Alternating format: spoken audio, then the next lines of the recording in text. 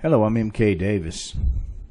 There's a collage of photos that I'd like you to see, and I'd like to point some things out in these photos. But first, I'd like to remind you of what Al Hodson said in a previous video that I made. Now, this is in regard to when the Roger Patterson came down to take his famous Bigfoot film. So let's just listen to it again, and then we'll talk about these photos. John Green called me, and he said, Al, would you meet my charter plane in Orleans? He said, I'm bringing a tracking dog down, and there's been tracks found up at Blue Creek. Then they left. Why, I didn't want to call Roger right then. When they first got up there, I thought, that's not quite right. Call him on top of them. So I didn't wait. I waited till they left, and I called Roger and told him. And I said, well, they're probably out of the area now. But anyway, but he says, well, he says, I think I want to come down anyway. I've been wanting to come down. I'm going to come down anyway. Well, how does that relate to the collage of photos that I showed earlier? Well, let's take a look at those photos again. Remember that Al called John first, and then he thinks John is gone. John's left, go back to Canada. Then he calls Roger, and then John comes back, and they resume their activity down there, actually all together. Now, this is what I wanted to point out to you. Now, a story's a story, and I've heard lots of stories since I've been in the Bigfoot field. But there's some things that are inarguable. And these pictures is what I wanted to show you, some inarguable things on these photos. As you know, my background has been in astronomy. And so in the process of being an astronomer or amateur astronomer, you learn a lot about light and light sources and illumination. This is what I want to show you here. If you'll look at the center photo there, you'll see an image of me. And this is around June the 10th, a few years back, in the Bluff Creek area. Take a look at my shadow. What a lot of people don't realize is that you can have a long shadow any time of year because the sun comes up and goes over the horizon and goes to the zenith and back to the horizon. So, but you can't have a short shadow in October at that latitude. So that's my point. The shadow of the Patterson subject on the far right has a short shadow. I'm in the center. I have a short shadow on June the 10th. And then the dog handler has a short shadow as well. So which one of these are claiming to have been shot in October? Well, that would be the creature. But the shadows do not lie. You cannot have a shadow this short on October the 20th in Northern California. It's not going to happen. The sun don't cooperate. So it goes back to what Al said. I called Roger as soon as they left the area. He did not know that John Green had come back with his party. Roger came straight on down. He says, I think I'm going to come on down. Now, John Green says he came down in October, but these photos agree with Al's story.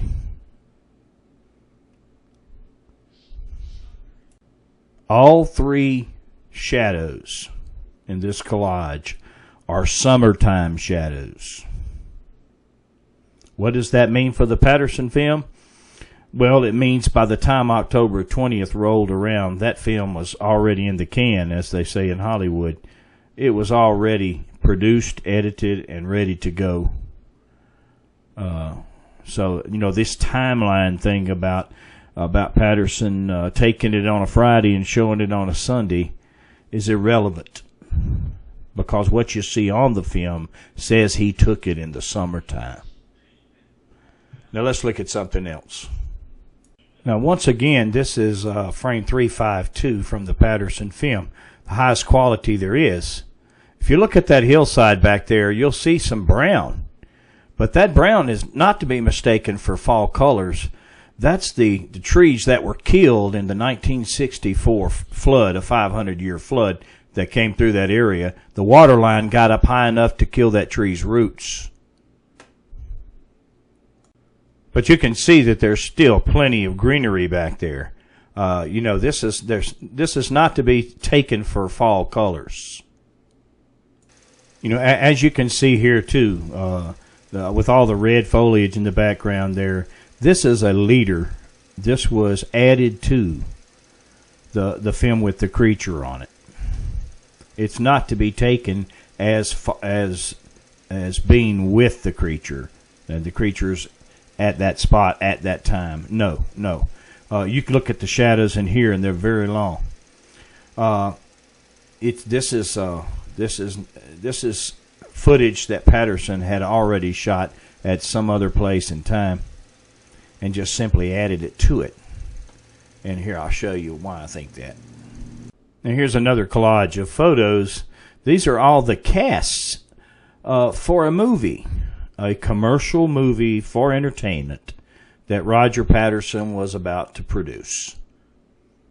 And if you look at the upper left, you'll see a marquee for that movie. You'll see those same horses. You'll see the same backpack. I mean the pack horse and the boxes and stuff that they carry. Exact same thing. You'll see Bob Gimlin, but with a long-haired wig on. He played an Indian tracker in the movie. And then between those two trees, you see a line of horses with people on them. You'll see Roger Patterson down at the far left. You'll see a fellow named Jerry Merritt. You'll see Howard Hieronymus and Bob Hieronymus, the two Hieronymus brothers, who later on Bob became famous for claiming to be the man in the suit. My point is that the two parties, the John Green party and the Roger Patterson party, were both down at the Bluff Creek drainage area at the same time in the summer of 1967, where the film of a real, live, living, breathing Sasquatch was taken. Now, there's a lot more to discuss about it, because, see, once a deception begins, it kind of takes on a life of its own. And it's taken me a long time to unravel this. But it's the human element. This film would have been accepted. If it were taken by National Geographic, it would already be in the textbooks. The film itself is absolutely superb, and in my estimation, after it's put in its best forms, indisputable. They got a film of a Sasquatch. But because of who they were, the characters that they were, and because of what they were doing down there, all kinds of deception began. And so let's at least get this straight. Film taken the summer of 1967. And that's just the fact.